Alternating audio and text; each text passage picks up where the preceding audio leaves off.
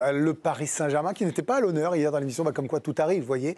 Alicia, le PSG plus ambitieux que jamais, et Luis Enrique l'a dit, répété, martelé. Absolument, Luis Enrique qui ne se repose absolument pas sur ses lauriers. Déjà en Italie, c'était autour de la Supercoupe d'Europe, il affirmait ses ambitions pour cette nouvelle saison avec encore plus d'exigences. La saison dernière, on a atteint l'objectif qui faisait rêver tout le monde autour de nous, il parle bien sûr de la Ligue des Champions, mais on veut continuer à marquer l'histoire et maintenant cela consisterait à gagner 2 Ligue des Champions d'affilée, c'est notre objectif. La saison dernière, personne ne nous croyait capable de la gagner et on a montré à tout le monde qu'on en était capable. C'est un rêve de la gagner encore. On sait que ce sera très difficile, mais on est heureux d'avoir ce rêve. Il avait bien fait comprendre que malgré les succès, il ne laissera personne sortir du cadre. Il va surveiller de très très près ses joueurs, comme il l'a affirmé toujours en août dernier. On a la mentalité pour s'améliorer. Ce sera difficile parce qu'on a presque tout gagné, mais c'est la mentalité qu'on a et qu'on veut pour cette saison. Elle sera très spéciale, encore une fois, parce qu'on peut marquer l'histoire plus profondément encore. Et c'est une vraie motivation pour nous. Avant la première journée de championnat, l'entraîneur espagnol avait prévenu sur le défi principal, majeur, qu'attendait le Paris Saint-Germain cette saison, devenir imprévisible. Le plus difficile, c'est de continuer à être imprévisible pour les adversaires. Et pour ça, on doit changer choses. Si tu veux changer quelque chose, tu dois changer ou des joueurs, ou des situations tactiques, ou des situations physiques, ou quels que soient les sujets. Et après ça, après de gagner, tu dois pratiquer, tu dois changer, tu dois essayer d'améliorer et sortir de notre zone de confort. Ça a été une phrase que j'ai dit beaucoup de fois à mes joueurs et c'est important pour nous de savoir ça et d'essayer ça. Et bis repetita le week-end dernier avant d'affronter Angers. Des changements, oui, mais pour les explications, on devra attendre parce que Luis Enrique, lui, préfère que ça reste en interne. On est prêt, c'est pour ça que nous continuons à signer des joueurs, à prendre des décisions, mais ce n'est pas une chose publique parce que ça ne marche pas comme ça. Voilà, et on était en train de se dire qu'il parlait plutôt pas mal français. Et même, je vais vous donner un scoop, Vincent Deluc nous disait qu'il parlait mieux français qu'anglais. Bien sûr. Voilà. Merci pour l'info. Mais l'autre fois, la veille de la finale, il a parlé en 4 langues. Ouais, ce qui est italien fort. aussi. Et il parle italien. Et espagnol aussi, fort. Pas évident pour un catalan. Pour un catalan, c'est plutôt fort. 5 langues avec le catalan. Loïc et Vincent, j'ai commencé par vous deux. Loïc, vous avez parlé en dernier tout à l'heure, vous allez commencer. Là, maintenant, on va le croire, en fait, Luis Enrique, parce que je fais évidemment allusion où on sera meilleur l'année prochaine sans Mbappé, où je prépare... Je ne dis pas qu'on s'était moqué, mais on avait eu un doute, voilà, à minima. Là, toutes les bouches ont été fermées, les victoires sont arrivées. Quand il dit qu'il faut continuer à surprendre, se réinventer, vous le pensez sincère? Ah oui, il y a tout ce qu'on ne voit pas encore et qu'on va voir dans la saison, tactiquement notamment, où il est en train de préparer son équipe. Il y a déjà ce qu'on voit, faire partir Donnarumma et faire venir Chevalier. C'est déjà un changement majeur dans sa tactique parce que Chevalier il joue 10 mètres plus haut c'est vraiment que Donnarumma. C'est pas négociation jusqu'au bout. Il l'a dit, ça a été très clair. On était avec Vincent à la veille à Udine avant la Supercoupe d'Europe. C'est très clair, c'est un changement d'un point de vue footballistique seulement. Lui, il voulait un gardien qui jouait plus haut, qui sous pression et pouvait relancer le ballon plus calmement que le faisait Donnarumma, qui n'envoyait pas des ballons en touche. Donc c'est un premier changement majeur. Et je pense que Zabarni, c'en est déjà un deuxième. Parce que tout doucement, il va envoyer Marquinhos sur le banc de touche. Il a un jeu un peu différent de Marquinhos, notamment dans la gestion de la profondeur. Et je pense que déjà, c'est 2 changements majeurs et on va en avoir d'autres certainement, mais un peu plus tactiquement dans la saison. Et il y a plusieurs enjeux alors, que Loïc a commencé à évoquer, finalement, ces chantiers. Préparer la succession au poste de gardien de but, c'est en train de se faire avec l'arrivée de Chevalier, donc le départ de Gianluigi Donnarumma. Le capitaine, Marquinhos, c'est le joueur le plus capé de l'histoire du club. On prépare à moyen terme sa succession avec l'arrivée de Zabarni. Donc, il faut changer un petit peu l'arrière-garde, préparer la succession. Le deuxième chantier en termes d'hommes, finalement, il faut relancer certains joueurs, notamment Warren Zaïre-Emery, qui il y a 2 saisons était titulaire au Paris Saint-Germain.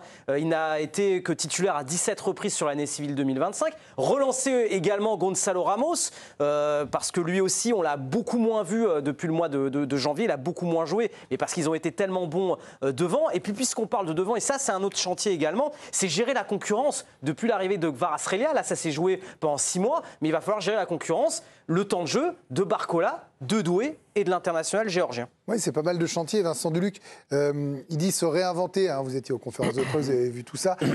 Est-ce que la défaite contre Chelsea, où ils se sont fait... alors évidemment, ils avaient le droit d'être fatigués. Hein, c'était le 200e match de la saison. Il n'y a pas de débat sur ça. Où il s'est aperçu que certains pouvaient contrer son pressing ou son contre-pressing. Est-ce qu'il s'est dit, maintenant, ils ont vu comment on était depuis 6 mois, il faut que je recommence à avoir un coup d'avance sur les autres équipes. Vous voyez ce que je veux dire? Moi, je pense qu'il avait pensé avant. C'est-à-dire que pour quelqu'un qui a pensé à la saison écoulée 6 mois avant, puisqu'il disait dès le mois de mars, etc. Donc je pense qu'il avait pensé, qu'il avait réfléchi avant.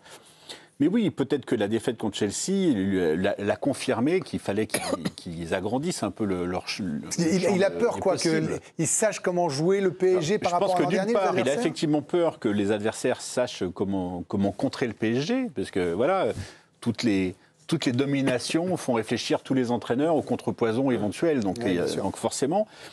Mais je pense que c'est aussi un message interne, c'est-à-dire qu'il pense que s'il demande la même chose aux joueurs, à mon avis, il se dit que le message va se diluer un peu, il va se perdre, et qu'en demandant quelque chose de différent, il va susciter un peu plus leur intérêt, leur excitation ou leur inquiétude, mais des choses en tout cas qui peuvent favoriser la performance. Donc je pense qu'il y a un peu les deux.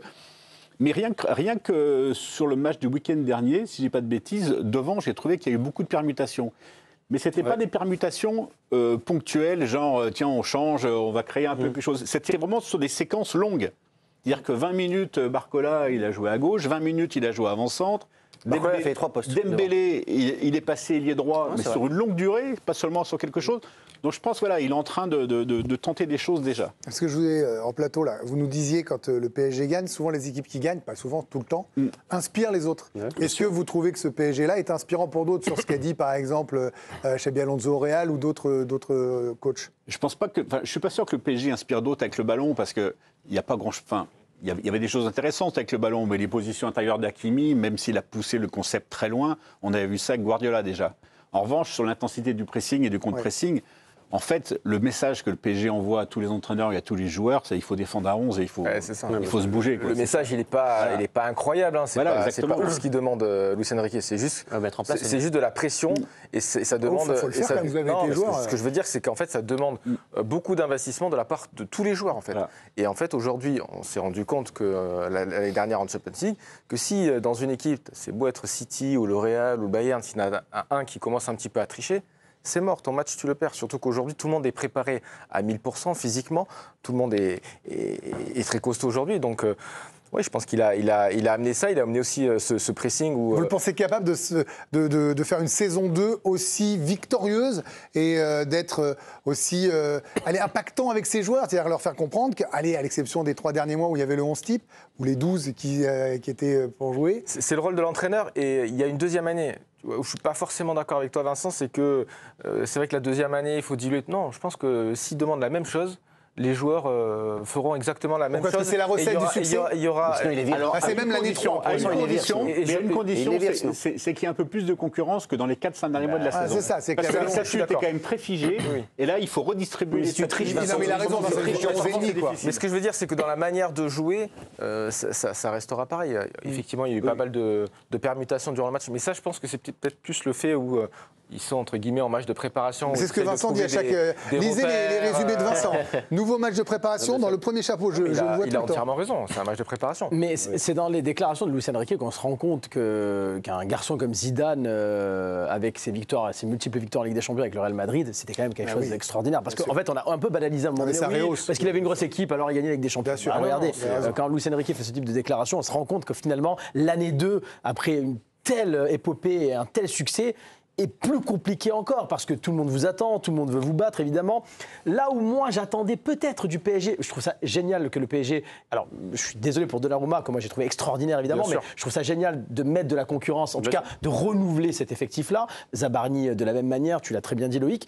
J'attendais peut-être sur le plan offensif pour emboîter le pas de Vincent, qui est un joueur qui arrive. Et Varane est récent, hein. Et il cherche encore. Hein. Ouais, mais ils l'ont pas trouvé. Ça doit être très compliqué de trouver un joueur qui soit capable de dire ok, je peux m'asseoir sur le banc quelques matchs. Joueur, Voilà. Mais pour mettre cette concurrence-là, parce que les statuts sont quand même figés, vous pouvez me dire ce que vous voulez, même si ça permute dans un match, on sait qui joue plus ou moins. Et on sait qu'il va y avoir la variable d'ajustement avait beaucoup entre apporté, Doué et Barcola. Karim, quand il est arrivé. Il a été vraiment... Ça a changé la saison. Oui, mais on est déjà dans la saison 2, finalement, de Kvaratskhelia, même s'il est arrivé en janvier, effectivement. Mais moi, je pense que sur toute une saison, il faut quand même qu'il y ait un joueur en plus offensivement qui puisse foutre un peu la pagaille, pardon de l'expression. Il faut être fort et accepter ce rôle-là. Ou un joueur qui soit un poil moins fort pour pouvoir jouer ces matchs de Ligue 1 parfois. On pensait à Kliouch au début du mercato, on pensait vraiment qu'à Kliouch était joueur-là. Peu importe, mais il faut un joueur capable de jouer à droite ou à gauche, j'en sais rien, ou peut-être même dans l'axe pour suppléer Dembélé si à un moment donné il est en crise de confiance, ce qui peut arriver au plus grand aussi.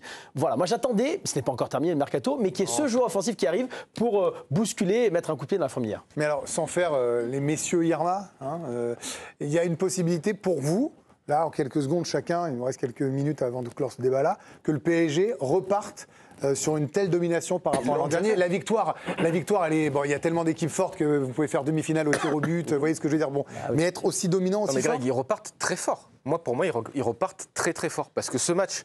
La Supercoupe face à Tottenham qui avait une préparation hors norme, où ils avaient fait 5 ou 6 matchs. Tottenham qui a tapé City les yeux dans les yeux ce week-end. Ça veut dire que le Paris Saint-Germain, sans préparation, a battu Tottenham pour la Supercoupe d'Europe. Ça prouve et ça montre où est quand même le niveau du Paris Saint-Germain sans préparation. Donc qu'est-ce que ça va être dans quelques mois? Pour vous, c'est un vrai indicateur. Ah, mais complètement. En espérant que le PSG soit encore touché par la grâce de ne pas avoir de blessés. Souvenez-vous que la deuxième partie de saison... La grâce ou le talent des préparateurs? Les deux. Offensivement, ils ont le droit à un joker. C'est la marge en Ligue 1 Oui, mais la marge en Ligue 1, avant, on disait, c'est ce qui les empêchera de gagner un jeu avec des champions. Oui, mais la marge en Ligue 1, ça a permis à Luis Enrique de sortir tous les attaquants au bout d'une heure de jeu pendant 4 mois. Mais il leur laisse beaucoup de repos aussi, là. Il leur a laissé 3 jours, par exemple, de repos. Et donc, vous les croyez, vous deux, en suiveur du PSG, vous les croyez capables de refaire une fois de plus gagner? Ça joue tellement à un poteau, un arrêt de gardien. J'ai du mal à croire que Paris puisse marcher sur ses adversaires dans les mêmes proportions qu'au printemps dernier pendant toute la saison qui vient. Voilà. Ça, j'ai un peu de mal. Ils ont fait la Coupe du Monde des clubs, ils ont enchaîné quand même sur une Coupe du Monde des clubs merveilleuse, à part la finale. Oui, est-ce qu'ils ont fait ça contre le Real, contre le Bayern? Contre le Bayern, c'était un peu plus instable déjà. Parce que l'info que tu dis où ils sont en pleine préparation et qu'ils leur laissent 3 jours de repos, ça veut dire que tout est calculé. Tout est calculé. Laisser 3 jours de repos en pleine préparation, c'est une aberration aujourd'hui. Mais eux, ils ont tout calculé et à chaque fois, ils savent déjà ce qui va se passer. Parce qu'ils ont une marge en Ligue 1. C'est-à-dire qu'en fait, même avec 3 jours de repos, ce week-end, ils peuvent facilement battre Toulouse à Toulouse. Mais tu vois, donc, en fait, c'est ça le truc. Je suis pas sûr que la semaine prochaine, avant un match contre l'OM ou dans 2 semaines, il y ait autant de jours de repos. Franchement, qu'importe l'adversaire du week-end, tant qu'il y a un match dans la semaine, il laisse toujours beaucoup de repos. Mais là, c'est aussi parce qu'il y a trêve internationale derrière. Voilà. Et donc, il y a un seul match dans les 20 jours, dans les 2 semaines. Tout est calculé. Oui, voilà. C'est un temps calme, comme on dirait. Non, mais personne ne le fait. Les enfants, c'est un temps calme avec les livres. Allez, en temps calme, on se fait un roi du silence.